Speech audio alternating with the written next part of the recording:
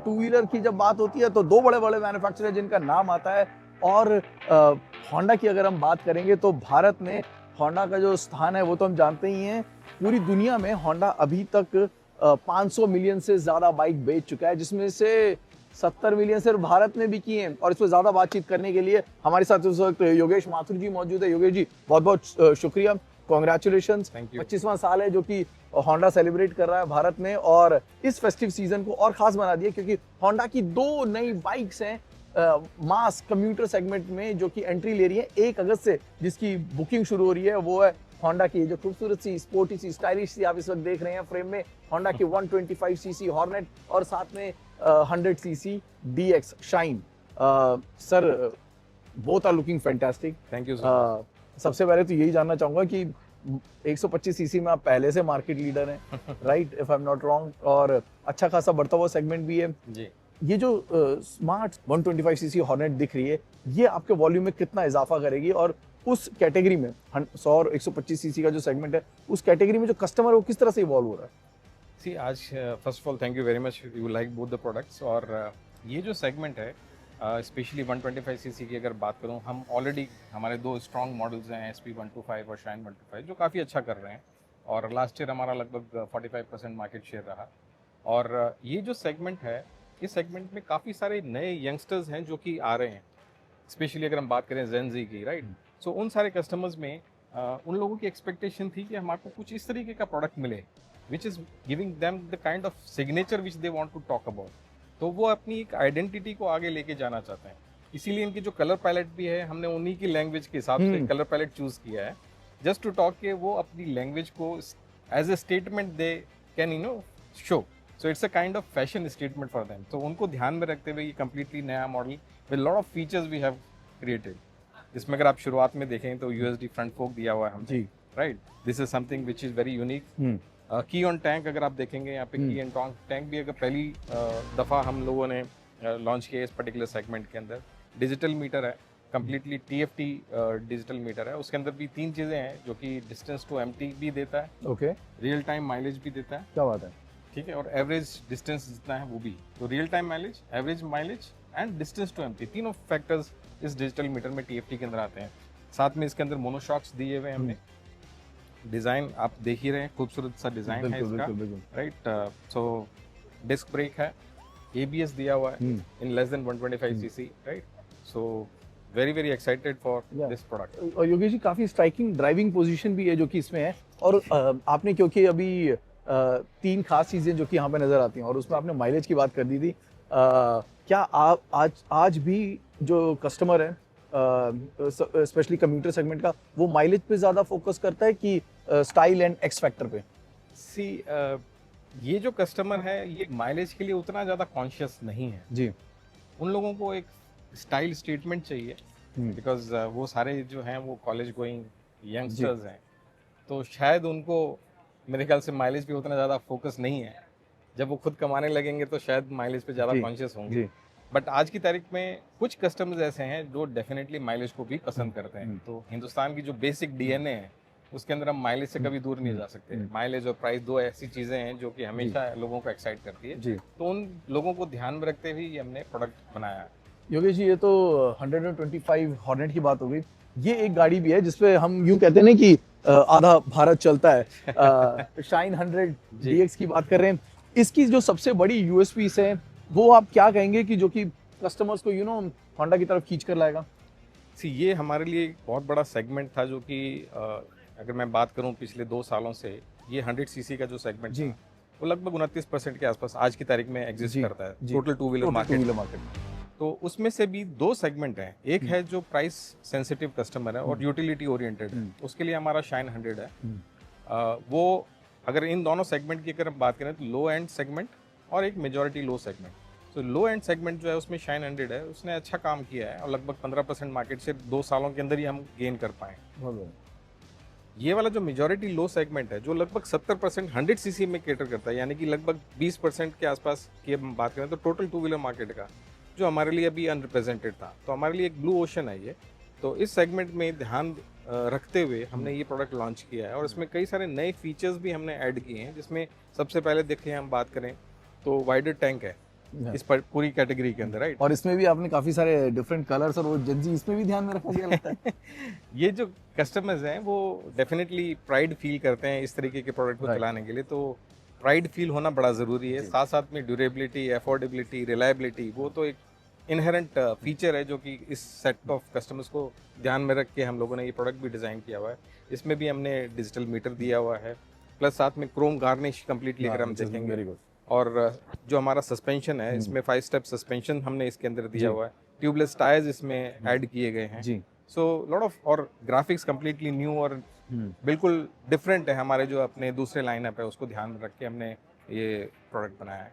और होंडा की badging definitely absolutely power of dreams. Yogesh ji, जो पावर ऑफ ड्रीम्स है और जिस सेगमेंट में आपने कहा कि ये ब्लू ओशन है, राइट, तो ये वॉल्यूम्स को कहाँ तक लेके जाएगा? क्योंकि अगर मैं गलत नहीं हूँ, जब आपका चौथा प्लांट शुरू हो जाएगा 2027 में, तब आपकी जो कैपेसिटी है वो बढ़कर 7 मिलियन तक पहुंच जाएगी। उसमें इन बाइक्स का कितना बड़ा योगदान है, वॉल्यूम में कितना एक्सपेंशन है जो कि ये बाइक्स करने वाली है, खासकर ये सेगमेंट जो आपने कहा कि ब्लू ओशन है? हाँ, काफ़ी बड़ा सेगमेंट है जिसको अभी हम अगर ध्यान दें तो जैसे हमने शाइन 100 बताया, ऑलरेडी 2 सालों में 15% मार्केट शेयर आ गया इसका। जी। ये वाला है 70% कॉन्ट्रीब्यूशन, काफ़ी बड़ा है। तो स्कोप इनॉर्मस है। तो आज लॉन्च करने के बाद में हम डेफिनेटली कस्टमर्स की फीडबैक वगैरह भी लेंगे और हमारी उम्मीद है कि ये एक सिग्निफिकेंट पोर्शन हमारी जो ओवरऑल ग्रोथ स्ट्रेटजी है उसके अंदर ही कंट्रीब्यूट करेगा। फैंटास्टिक। क्योंकि हमारी जो टू व्हीलर इंडस्ट्री है भारत में, उसको कमान करने में भी होंडा का एक बहुत बड़ा योगदान रहा है। ये mass category from A to B पहुंचाने में होंडा की बड़ी वो अब एडवेंचर बाइक की तरफ भी काफी आपका फोकस रहा है, बिग बिग की तरफ से भी कई सारे प्रोडक्ट हैं जो कि उतारे गए हैं। वहां पर किस तरह का ट्रैक्शन है जो कि योगेश जी दिख रहा है, और उस कैटेगरी में आपको मार्केट कहाँ जाता हुआ दिख रहा है? या एज यू आर अवेयर के Honda globally is number 1 brand. Yes. तो उसको ध्यान में रखते हुए हमारे ग्लोबल लाइनअप में से हमने कुछ पिक किए और इस 2025 में जनवरी से लेके अगर मैं अभी तक की बात करूं तो लगभग 6 मॉडल हमने नए लॉन्च किए। उसमें अगर वेरिएंट भी देखें तो अगर उनको भी ऐड कर लें तो लगभग 8 CBU हमने इंट्रोड्यूस किए हैं। एंड जब हम लेके आ रहे थे तो हमको जिस तरीके की उम्मीद थी कि किस तरीके का ट्रैक्शन आएगा या किस तरीके का फीडबैक आएगा, we were really excited to see the response in India. ज़बरदस्त रिस्पॉन्स है हमारा। We have all the products already on the booking. जो हमारे नेक्स्ट 3-4 मंथ्स की जो साइकिल है वो भी सारी कम्प्लीटली बुकड है। तो एक्साइटमेंट काफ़ी अच्छा है और लोगों ने हमारे ओवरऑल प्रोडक्ट और पैकेज को काफ़ी सराहा है CBU लाइनअप के अंदर। और ये वाला जो सेगमेंट है बिग विंग का, जो हम लोग, हमारा एक डिफरेंट वर्टिकल है जो बिग विंग है, उसके थ्रू हम बेचते हैं जी। तो ये जो करंट वर्टिकल है लगभग 150 नेटवर्क है हमारे पैन इंडिया में, और हमारा इंटेंशन है कि हम इसको एक्सपेंड करें बिकॉज यहाँ पे भी हमारे पास में स्कोप है टू इम्प्रूव फर्दर। तो that will also add on to our overall growth strategy. Yogesh ji, Honda को ना मैं पिछले यूं कह लीजिए 2 दशक से फॉलो कर रहा हूँ और खुशकिस्मत भी हूँ कि होंडा जापान में भी जाने का कई बार अवसर मिला है जी। और एक चीज़ ना जो कि मुझे तब से लेकर अब तक दिखी है, होंडा इस बात पे यकीन करता है कि बदलाव लाना है तो पूरी सोसाइटी में लाना है। जी जी। राइट, सिर्फ बाइक बेचने से मतलब नहीं है, बाइक किस तरह से चलानी है, रोड सेफ्टी का किस तरह से ध्यान रखना है, इस पर भी बहुत तवज्जो है जो कि होंडा ग्लोबली भी देता है। भारत में रोड सेफ्टी को लेकर जो बड़े बड़े कदम उठाए गए हैं और जिस तरह से राइडर्स को तैयार किया गया है, उसके बारे में अगर आप कुछ बता सकें। तो रोड सेफ्टी हमारे लिए एक बहुत बड़ा मिशन है। अगर मैं वैसे बात करूं तो 2050 तक हमारा इंटेंट है कि हमारे प्रोडक्ट से कोई भी तरीके का एक्सीडेंट ना हो, और ये बहुत बड़ा मिशन है जो हम लेके चल रहे हैं। तो हमारे दो बड़े मिशन है। पहला मिशन ये है रोड सेफ्टी का और दूसरा है एनवायरनमेंट प्रोटेक्शन का। तो रोड सेफ्टी की अगर हम जब बात करते हैं तो सबसे पहले हमारे जितने भी डीलरशिप्स का जो इंफ्रास्ट्रक्चर है उसको हम 4S फैसिलिटी बोलते हैं। ओके। तो सेल्स, सर्विस, स्पेयर्स, ये तो सारे लोग बोलते हैं। हमारा चौथा S जो है वो सेफ्टी है जी। और हमारे सारे डीलरशिप्स पे हमने एक सेफ्टी राइडिंग का एक सिमुलेटर रखा हुआ है और इसके थ्रू हमारे बहुत सारे जो कस्टमर्स हैं, जो एग्जिस्टिंग कस्टमर हैं या कस्टमर जो बनना चाहते हैं, उन लोगों को भी हम ट्रेनिंग इम्पार्ट करते हैं। और साथ साथ में क्योंकि हिंदुस्तान में माइंडसेट एक बहुत बड़ी समस्या है, राइट। बहुत सारे लोग, उनको ये लगता है कि शायद मुझे कोई नहीं सिखा सकता, मैं तो इतने सालों से चलाता आ रहा हूँ। तो वो जो माइंडसेट की जो समस्या है वो डेफिनेटली है। तो उस चीज़ को ध्यान में रखते हुए हम जो यंग राइडर्स हैं जो 8 साल से अबव है उन लोगों को हम अभी टारगेट कर रहे हैं, बिकॉज जब वो बड़े होकर एक राइडर बनेंगे, वो एक रिस्पॉन्सिबल राइडर बनेंगे। और ये इनिशिएटिव 2001 से जब हमने अभी सेफ्टी राइडिंग का जो प्रमोशन स्टार्ट किया है, लगभग 1 करोड़ लोगों को हम अभी तक ट्रेन कर चुके हैं। 1 करोड़ लोगों को, लगभग 10 मिलियन लोगों को हम पैन इंडिया में पिछले क्या इतने बात। सालों के अंदर हम ट्रेनिंग और कर शायद चुके बहुत कम लोग ये जानते होंगे कि 1 करोड़ से ज्यादा लोगों को आपने हैं, ट्रेनिंग दी। तो उसमें हम थैंकफुल हैं कि हमारे जितने भी बहुत सारी जगह पे हमने टाई अप किया जी। हुआ है, जो पुलिस और आरटीओज हैं जी। उनके साथ में भी टाई अप किया हुआ है। उन यहाँ पे भी बहुत सारे कस्टमर्स हैं जो आते हैं, उनको भी हम ट्रेनिंग इम्पार्ट करते हैं, हमारे इंस्ट्रक्टर्स हैं वहाँ पे। तो वो भी सारा एक इंटीग्रेटेड काम है। स्कूल्स में काम कर रहे हैं, कॉलेजेस में हम काम कर रहे हैं, हमारे एग्जिस्टिंग डीलर्स हैं उन नेटवर्क्स पे काम कर रहे हैं, पुलिस की सहायता से, आरटीओस की सहायता से, जो हमारे ऑफेंसर्स हैं जिन्होंने ऑफेंस किया है उन लोगों को भी ट्रेन कर रहे हैं। तो ये कलेक्टिव एफर्ट है जो हम लोग लेके चल रहे हैं, और हमारा जो मिशन है कि 2050 तक एटलीस्ट होंडा के कोई भी प्रोडक्ट के ऊपर कोई भी फैटल एक्सीडेंट ना हो। PV9 का ना मकसद भी यही है योगेश जी, वो जो इन प्रोडक्ट्स के पीछे की जो सच्चाई होती है ना, जी। उसको भी दर्शकों तक लाने की कोशिश करते हैं। और जो इस वक्त दर्शक TV9 के इस वक्त हमें देख रहे हैं, उनको ये भी बता दूं कि किसी भी कार एंड बाइक का ना सबसे इम्पोर्टेंट फीचर ना वो सेफ्टी वाला ही फीचर है।